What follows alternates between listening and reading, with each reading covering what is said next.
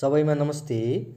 मैले आज स्थानीय सरकार सञ्चालन ऐन 2074 अनुसार नेपालमा नगरपालिका, उपमहानगरपालिका तथा महानगरपालिका हुन आवश्यक शर्तहरूको बारेमा सानो टिपोट ल्याएर आएको छु। हजुरहरूलाई पक्कै पनि यसले लोकसेवा आयोग तयारीको लागि काम गर्नेछ। नगरपालिका हुनको लागि जनसङ्ख्या कम्तीमा हिमाली क्षेत्रमा 10,000, हिमाली जिल्लाका पहाडी क्षेत्र र पहाडी जिल्लामा कम्तीमा 40,000, भित्री मधेसका जिल्लामा कम्तीमा 50,000, तराईका जिल्लामा कम्तीमा 75,000, काठमाडौँ उपत्यकाभित्र कम्तीमा 1,00,000 जनसङ्ख्या हुनुपर्ने। पछिल्लो औसत 5 वर्षको आन्तरिक आय हिमाली क्षेत्रमा रु 1 करोड, अन्य क्षेत्रको रु 3 करोड, अस्पताल सुविधा कम्तीमा 25 शय्याको अस्पताल सुविधा हुनुपर्ने, तोकिए बमोजिमका अन्य मापदण्ड पुरा भएको तथा अन्य शहरी सुविधा भएको हुनुपर्ने। उपमहानगरपालिका हुनको लागि जनसङ्ख्या कम्तीमा 2 लाख स्थायी बासिन्दा रहनुपर्ने, पछिल्लो औसत 5 वर्षको आन्तरिक आय कम्तीमा 25 करोड हुनुपर्ने, अस्पताल सुविधा कम्तीमा 100 शय्याको अस्पताल सहित 200 शय्याको अस्पताल सुविधा हुनुपर्ने, सभा हल, राष्ट्रिय स्तरको रङ्गशाला, व्यायामशाला तथा कभर्ड हल भएको हुनुपर्ने, नगरभित्रका प्रमुख सडकहरू पक्की भएको, तोकिए बमोजिमको अन्य शहरी सुविधा भएको हुनुपर्ने। महानगरपालिका हुनको लागि जनसङ्ख्या कम्तीमा 5 लाख स्थायी बासिन्दा हुनुपर्ने, पछिल्लो औसत 5 वर्षको आन्तरिक आय कम्तीमा 1 अर्ब हुनुपर्ने, अस्पताल सुविधा विशेषज्ञ सहितको कम्तीमा 100 शय्याको अस्पताल, एक अस्पताल सहित कम्तीमा 500 शय्याको अस्पताल सुविधा हुनुपर्ने, कुल सडक लम्बाइको कम्तीमा 75% सडकहरू पक्की भएको हुनुपर्ने, टर्मिनल सहितको बस पार्किङका लागि पर्याप्त सुविधा, सबवे तथा पेटी भएको हुनुपर्ने, शहरी परिवहनको सुविधा तथा अपाङ्ग मैत्री सार्वजनिक सवारी सुविधा भएको हुनुपर्ने, अन्तर्राष्ट्रिय स्तरको विमानस्थलसँगको आवागमन सहज पहुँच भएको हुनुपर्ने, अन्तर्राष्ट्रिय स्तरको सभाल तथा अन्तर्राष्ट्रिय स्तरको व्यापारिक प्रदर्शनी स्थलको व्यवस्था भएको हुनुपर्ने, तोकिए बमोजिमका अन्य शहरी सुविधा भएको हुनुपर्ने। 6वटा महानगरपालिका सम्बन्धी विवरणहरू। पोखरा महानगरपालिका, कास्की, क्षेत्रफल 464.24 वर्ग किलोमिटर, वडा सङ्ख्या 33, जनसङ्ख्या 4,14,141 जना रहेका छन्। यसै गरी 2 नम्बरमा रहेको छ भरतपुर महानगरपालिका, चितौन 432.95 वर्ग किलोमिटर, 29 वडा सङ्ख्या रहेका छन् भने जनसङ्ख्या 2,80,502 रहेको छ। तेस्रो रहेको छ विराटनगर महानगरपालिका, मोरङ 77 वर्ग किलोमिटर रहेको छ यो। त्यस्तै 19 वडा रहेका छन्, 2,14,663 जनसङ्ख्या रहेको छ। त्यस्तै वीरगञ्ज महानगरपालिका, पर्सा 75.24 वर्ग किलोमिटर क्षेत्रफल रहेको छ भने 27 वडा रहेका छन्, 2,04,816 जनसङ्ख्या रहेको छ। त्यस्तै काठमाडौँ महानगरपालिका, काठमाडौँमा रहेको छ भने 49.45 वर्ग किलोमिटर क्षेत्रफल रहेको छ। त्यस्तै 32 वडा रहेका छन्, 9,75,453 जना रहेका छन्। त्यसै गरी ललितपुर महानगरपालिका, ललितपुरमा रहेको छ 36.12 वर्ग किलोमिटरमा फैलिएको छ भने 29वटा वडा, 2,84,922 जना रहेका छन्। त्यस्तै वीरगञ्ज र विराटनगर उपमहानगरपालिकालाई महानगरपालिकाको रूपमा स्तरोन्नति गर्ने घोषणा 2074 जेठ 17 को मन्त्री परिषद निर्णयअनुसार 2074 जेठ 18 भएको हो।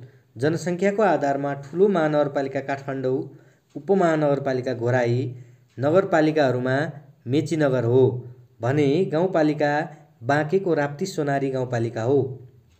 क्षेत्रफलको आधारमा सबैभन्दा ठुलो गाउँपालिका नाम्खा गाउँपालिका हुम्ला जिल्लाको रहेको छ भने 2419.64 वर्ग किलोमिटर रहेको छ। 2419.64 वर्ग किलोमिटर रहेको छ।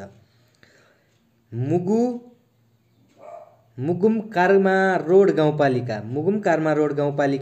दोस्रोमा रहेको छ भने यो हुम्ला जिल्लामा रहेको छ। 2106.91 वर्ग किलोमिटरमा फैलिएको छ। त्यस्तै तेस्रोमा फाक्ताङ फुलुङ गाउँपालिका ताप्लेजुङमा रहेको छ।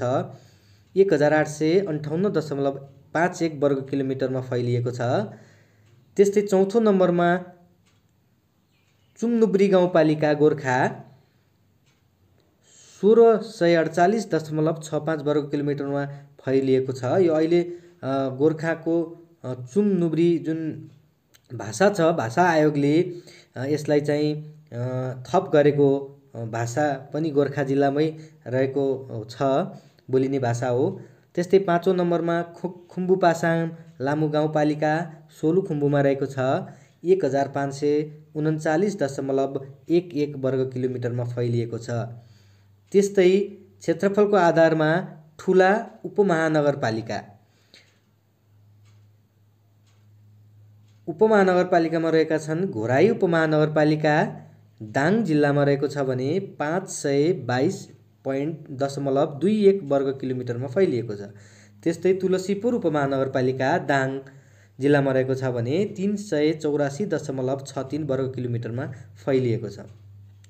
त्यस्तै जितपुर सिमरा उपमहानगरपालिका बारा जिल्लामा रहेको छ, जुन 379.67 वर्ग किलोमिटरमा फैलिएको छ। त्यस्तै धनगढी उपमहानगरपालिका कैलाली जिल्लामा रहेको छ, जुन 261.75 वर्ग किलोमिटरमा फैलिएको छ। हेटौँडा उपमहानगरपालिका मकवानपुर जिल्लामा रहेको छ, 261.59 वर्ग किलोमिटर रहेको छ। सबैभन्दा बढी जनसङ्ख्या भएका उपमहानगरपालिका कलैया बारा हो। सबैभन्दा बढी वडा सङ्ख्या भएका उपमहानगरपालिका कलैया बारामा 27 वडा रहेका छन्। जनकपुर धनुषामा 25 वटा, जितपुर सिमारा बारामा 24 वटा। जनसङ्ख्याको आधारमा 5 ठुला उपमहानगरपालिका जनकपुर, घोराई, हेटौँडा, धनगढी र तुलसीपुर हुन्। क्षेत्रफलको आधारमा सबैभन्दा ठुला 5 नगरपालिका क्रम सङ्ख्या 1 मा छ शीतगङ्गा नगरपालिका अर्घाखाँची 610.43 वर्ग किलोमिटर, आठबिसकोट नगरपालिका रुकुम 610.43 वर्ग किलोमिटर, त्रियुगा उदयपुर नगरपालिका उदयपुरमा रहेको छ 547.43 वर्ग किलोमिटर, सोलु दुधकुण्ड सोलुखुम्बु नगरपालिका सोलुखुम्बुमा रहेको छ 538.09 वर्ग किलोमिटरमा फैलिएको छ। सोलुखुम्बु जिल्लामा रहेको सोलु दुधकुण्ड नगरपालिका 538.09 वर्ग किलोमिटर रहेको छ। त्यसै गरी 5औं नम्बरमा कमलामाई नगरपालिका सिन्धुली जिल्लामा रहेको छ 482.57 वर्ग किलोमिटर रहेको छ। क्षेत्रफलको आधारमा सबैभन्दा साना 5 नगरपालिका तथा 5 गाउँपालिकाहरू। नगरपालिका भक्तपुर नगरपालिका रहेको छ सबैभन्दा सानो, जुन 6.89 वर्ग किलोमिटरमा फैलिएको छ। त्यस्तै दोस्रोमा छ मध्यपुर ठिमी नगरपालिका, जुन भक्तपुर जिल्लामा रहेको छ 11.47 वर्ग किलोमिटर रहेको छ। त्यस्तै कीर्तिपुर नगरपालिका रहेको छ काठमाडौँमा, जुन 14.76 वर्ग किलोमिटरमा फैलिएको छ। त्यस्तै टोखा नगरपालिका काठमाडौँ 17.11 वर्ग किलोमिटर रहेको छ। त्यस्तै रौतहटको गौर नगरपालिका रहेको छ 21.53 वर्ग किलोमिटर। यसै गरी 5 साना गाउँपालिकाहरूमा परवानीपुर गाउँपालिका रहेको छ बारा जिल्लाको 15.48 वर्ग किलोमिटर। त्यस्तै रौतहट जिल्लाको यमुनामाई गाउँपालिका रहेको छ, जुन 16.70 रहेको छ क्षेत्रफल।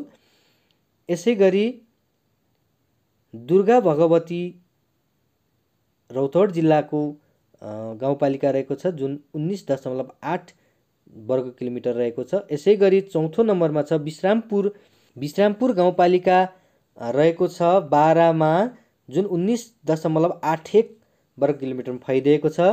यसै गरी प्रसौनी गाउँपालिका रहेको छ बारा जिल्लाकै 20.24 वर्ग किलोमिटर। यसै गरी दोस्रो भाग हामी फेरि ल्याउनेछौँ। हजुरहरूलाई मन परेमा लाइक, सेयर, कमेन्ट र सब्सक्राइब गरिदिनु हुन अनुरोध गर्दछु। धन्यवाद।